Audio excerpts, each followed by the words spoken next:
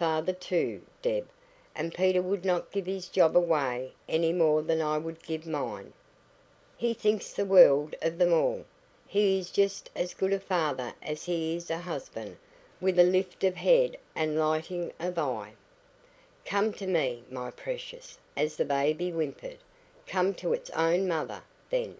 No, no, Debbie dear. You be a mother yourself in the natural and proper way. You will find it a great deal better than being rich. Marry some good, kind man straight away, before you waste any more of your young years. I am sure there must be dozens dying to have you." "Dying to have the handling of Mr Thornycroft's money," said Deb, with a bitterness that surprised her sister. "Oh no," said she, "you are sufficient attraction without that." "I shall never know it. But this," thought Deb, "is a very Breen like turn that the conversation is taking. These people and Rose has become one of them have quite the tradesman's idea of marriage. Any good, kind man will do. They cannot be expected to understand." She watched Rose billowing down into her nursing chair, and pretended herself that she was not envious.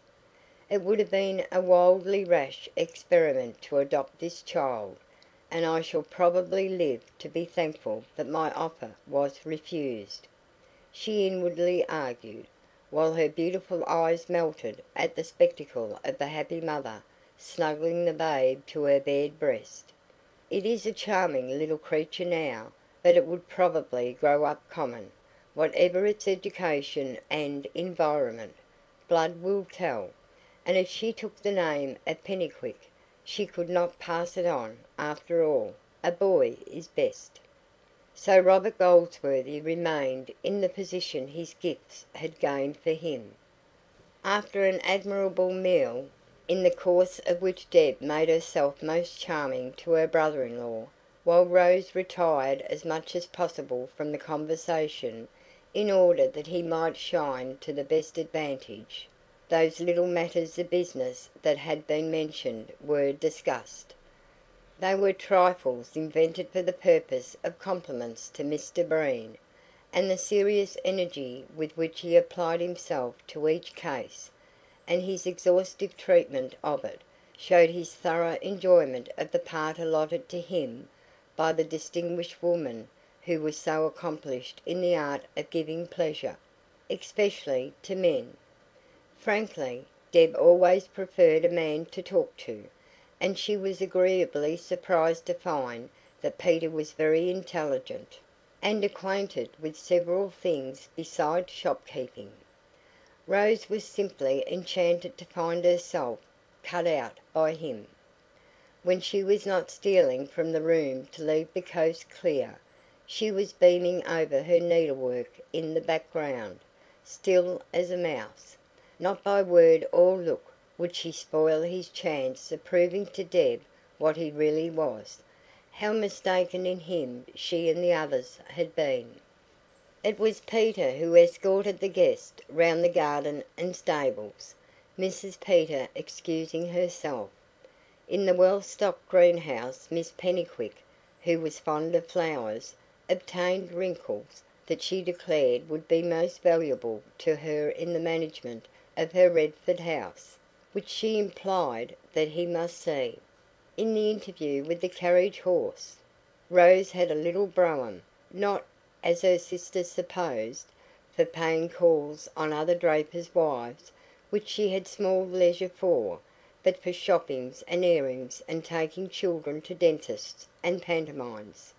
Miss Pennycuick was instructive in her turn, feeling legs and advising about firing and bandages with the recognised authority of an expert. Old Bruce, padding at his master's heels, was greeted by name, patted and shaken hands with, as if he had never abetted revels, and the discovery of a litter of choice puppies gave opportunity for the making of a little present, which was graciously received. After tea, Rose was invited to show her house, a further proof of her sister's tact and powers of divination. Now Peter was left behind. He used the opportunity to cut flowers for Deb to take away with her, and the little matron was in her glory, from top to bottom, and every cupboard and corner, and the numerous up-to-date appliances, and the stocks of silver, linen, china, the ample furnishings of every part, the solid goodness of every bit of material, all was displayed with modest pride, the complacence of one who knows there is nothing to hide or apologise for. "Isn't it a nice home, Debbie? Could anyone wish for a better home?" she asked again and again, unable to restrain herself. And Deb, with a few secret reservations, said yes and no with kindly warmth, thinking to herself, happy child, to be satisfied so easily, how much happier than we who want the moon. "I often wonder why I am so blessed," Rose said, in the midst of the house inspection, "when poor Molly, who deserves so much more, lives the life she does. Ah, Deb, what a marriage!" She spoke of it exactly as Bennet Goldsworthy had spoken of hers, in a spirit compounded of benevolence and contempt, the former element preponderating in him, the latter in her. At the moment she was exhibiting the complete appointments of Peter's dressing room. "My husband may be a draper," said she, "but at least he does not shave in my room." The survey of the house ended at the nurseries. Rose had purposely left the best till last. Her throwing open of the door revealed a picture so charming that it persuaded Deb to accept an invitation to dinner in order that she might do justice to it. "Oh, what a delightful room!" she cried, as her eyes ran round its pictured walls, glowing in the evening firelight. "Not large enough now," the smiling mother objected.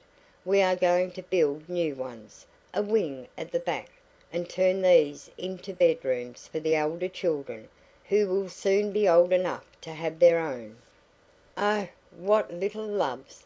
Deb then exclaimed, her eyes upon the young inhabitants, 5 little fat, white, vigorous creatures in various stages of preparation for bed.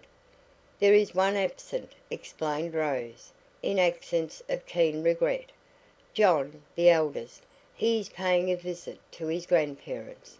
This is Constance, the second, a golden-haired girl, enjoying her nightly treat of nursing the new baby.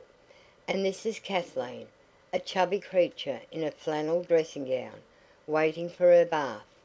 And Lucy, being rubbed down by the nursery underling, Jane. And Pennycuick."